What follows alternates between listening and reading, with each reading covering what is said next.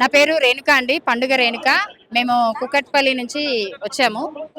ఈరోజు మన ఇక్కడ హిందూ సమాజంలో మనదేంటో చూపియడానికి సత్తా అంటే హిందూ సమాజం మామూలుగా అది ఇది అనుకుంటున్నారు. ఒక చిన్న జలకిది. రోహిత్యాంగులైనా ఎవడైనా మనం ఏం చేయలేడు. మన హిందూ సమాజం అంతా ఏకమైతది, ఏమవుతది అనేది జస్ట్ చూపియడానికే వచ్చింది. చర్యలోకి వెళ్తే చాలా చాలా ఘోరం మొదలైంది అనుకోవచ్చా? భయం మొదలైంది. పారిపోయే వాళ్ళు పారిపోతానే ఉన్నారు. నెక్స్ట్ మీటింగ్ లో పారదోలడమే పనిగా పెట్టుకుంటాం. సక్సెస్ అయింది. పక్కా పక్కా తొందరలో వెళ్ళిపోయారని చెప్తారా? తొందరలో వెళ్ళిపోయిందని ఏం చెప్పము. తొక్కి పెట్టేదే ఉంటది. తొక్కి పెట్టేదే కాదనుకుంటే అడ్డంగా ఏం చేయాలంటే అది అందరం తయారుగా ఉన్నాం. ఎవరి సపోర్ట్ వల్ల ఇవన్నీ జరుగుతున్నాయి? వీళ్ళు వచ్చి ఇక్కడ స్టే చేయడం.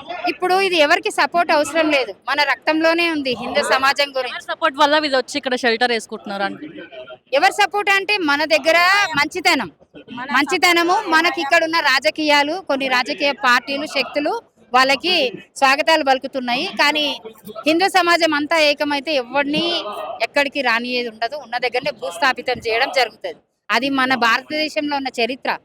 అది కొత్తగా వచ్చింది కాదు. ఎలాంటి కొడుకులనే కానీ తొక్కిపెట్టిన దేశం మనది.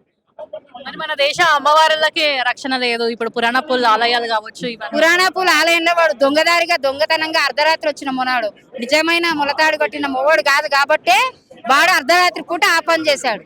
అదే గనక ఇక్కడే పుట్టిన వాడైతే వాడిని ఏమయ్యేదో అది అయ్యేది. దొంగచాటుగా వచ్చాడు, దొంగ దెబ్బతీశారు. దానికి విరుగుడుగా హిందువులందరూ కలిసి వాని బొందల దగ్గర ఏం చేయడమో మీరు చూశారు. చర్యలు తీసుకోవడం పక్కా చేస్తారు. ఎవరి సపోర్ట్ వల్ల వచ్చిండొచ్చు అనుకో.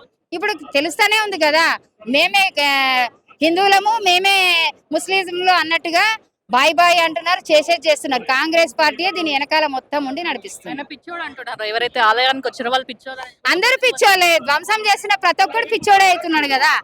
పిచ్చోడు అయినప్పుడు మనం కూడా ఏమైనా చేయొచ్చు కదా. పిచ్చోని జాగాలు ఉన్నంత వరకే మంచిగా ఉంటుంది. కాదని అనుకున్న రోజు ఏమైతుంది, మనం ఎక్కడికి ఏం చేయాలో అది చేయడం జరుగుతుంది. అప్పుడు మేము కూడా పిచ్చోళ్ళం కావాల్సి వస్తుంది. అంతే కదా. లవ్ జిహాదీ పేరు మీద హిందూ అమ్మాయిలను మోసం చేస్తున్నారు. అడుగడుగున మా సిస్టర్ ఏమే అడుగడుగున మేము ఎక్కడెక్కడ తొక్కి పెట్టాలో. రీసెంట్ గా బాలానగర్ లోనే ఒక కేసు జరిగింది. మేము వాళ్ళ ఇంటికి వేటాడి వాని పారదోలి అమ్మాయిని తీసుకొచ్చి ఇంట్లో అప్పచెప్పడం జరిగింది. హిందీలలో చైతన్యం వచ్చింది. అడపా అక్కడ ఇక్కడ చదువుకోలేని పిల్లల వరకు, కొంచెం నాలెడ్జ్ లేని పిల్లల వరకే అది చేస్తున్నారు. కాబట్టి ప్రతి ఒక్క హిందూ అమ్మాయి కూడా నాలెడ్జ్ వచ్చింది. కాకపోతే మన వాళ్ళు కూడా, హిందువులు కూడా తినే ఫుడ్ దగ్గర అవాయిడ్ చేయాలి నా కొడుకులని. ఎక్కడనే కానీ ఎక్కడ కొత్త బండి పెట్టినా, ఒక పండు బండి పెట్టినా, కూరగాయల బండి పెట్టినా హిందువులు ఇక మీదట నుంచి తీసుకోవడం అంటూ జరగకపోతే ఈజీగా వాళ్ళని పారదోలడానికి మనం ముందుగా ఉంటాం. అమ్మాయిలకి ఎలాంటి హెచ్చరికలు జారీ చేస్తున్నారు? ఏ రకంగా జాగ్రత్తగా ఉండాలని? అమ్మాయిలు చాలా రకంగా ముంగట్ కంటే చాలా ఇదయ్యారు. కాకపోతే ఇంకా కూడా తెలుసుకోవాల్సిన పిల్లలు ఉన్నారు. వాళ్ళని మభ్యపెట్టే ఈ పని చేస్తున్నారు. మేము ఇక మీదట మేము కూడా ఇలాంటి ప్రోగ్రామ్స్ తో పాటు ప్రతి ఒక్క హిందువుల అమ్మాయిలకి ఎక్కడైనా కొంచెం దారి తప్పుతుంది అంటే మేమే వెళ్ళి ప్రత్యేకంగా మన హిందూ సమాజం గురించి, మన హిందువులు అంటే ఏందో, వాడు ఏం ట్రాప్ లో పెట్టి మన పిల్లల్ని చేస్తున్నాడో మనం జాగ్రత్త చేసుకోవడానికి మేము కూడా సిద్ధంగా ఉన్నాం.